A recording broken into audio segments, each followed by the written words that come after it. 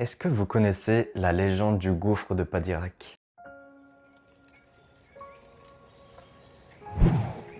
Saint Martin veut sauver les âmes récoltées par Lucifer qui s'apprête à les mener tout droit en enfer. Il devra franchir l'obstacle imposé par son adversaire. Si Saint Martin arrivait à sauter de l'autre côté du gouffre de Padirac, Lucifer devra automatiquement rentrer en enfer, donc dessous. Saint Martin accepte. La mule de Saint Martin ne volait pas. Aussi prenant une grande inspiration, elle franchit l'abîme d'un seul bond avant d'atterrir de l'autre côté, marquant la roche de ses sabots. Et Lucifer, fou de rage mais vraiment énervé, il descend tout au fond du trou et on ne l'a plus jamais revu. Ça veut dire que Lucifer traîne toujours dans le gouffre de Padirac.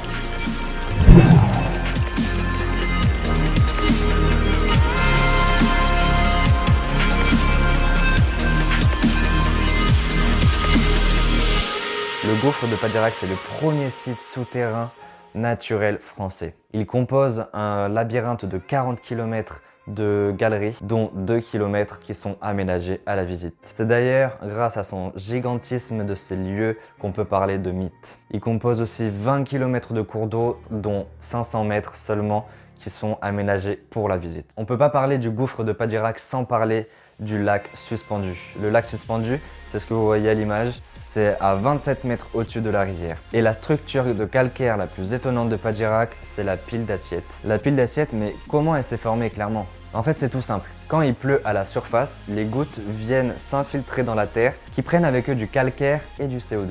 Quand la goutte a fini son trajet dans la terre, la goutte est prête à tomber. Il y a un effet qui se passe, c'est le dégazage. Donc autrement dit, la goutte dégage tout son CO2. Le CO2, bien sûr, pour les plus mauvais en scientifique comme moi, hein, c'est le dioxyde de carbone, qu'on se mette d'accord. Au fur et à mesure que les gouttes tombent, donc ça va déposer le calcaire de la goutte sur l'espèce de stalactite que l'on voit. Et au fur et à mesure, donc ça prend des centaines, des milliers d'années, hein, la stalactite va former un espèce de truc qui tombe, voilà, comme on les connaît. Mais par exemple, s'il reste du CO2 dans la goutte va tomber et va du coup former les fameuses stalagmites qui remontent. Les stalactites, ça tombe, donc c'est les stalactites.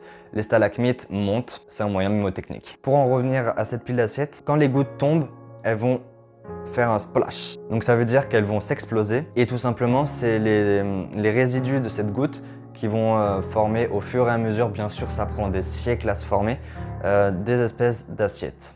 Ah putain, la nature est bien faite quand même. Je trouve ça vraiment ultra intéressant d'analyser un petit peu les sujets comme ça. Comment se forme une stalactite et comment se forme une stalagmite, c'est quand même ultra intéressant. C'est des sujets qui nous atteignent tous parce que c'est la nature, on y vit dans la nature. Donc je trouve ça vraiment ultra intéressant. J'espère que vous avez trouvé ça intéressant aussi. Si vous l'avez kiffé, n'hésitez pas à lâcher un petit like qui me fera énormément plaisir et qui me boostera pour la suite de la chaîne. Il y a plusieurs projets qui se mettent en place. En ce moment, je suis en train de monter ma prochaine vidéo qui sortira du coup mercredi. Donc n'hésitez pas à vous abonner sur le petit bouton rouge tout en bas de la vidéo si vous voulez louper aucune de mes vidéos. N'oubliez surtout pas de mettre la petite cloche à côté du bouton s'abonner. Comme ça vous aurez la petite notification qui dira que j'ai mis une nouvelle vidéo et vous la louperez absolument pas.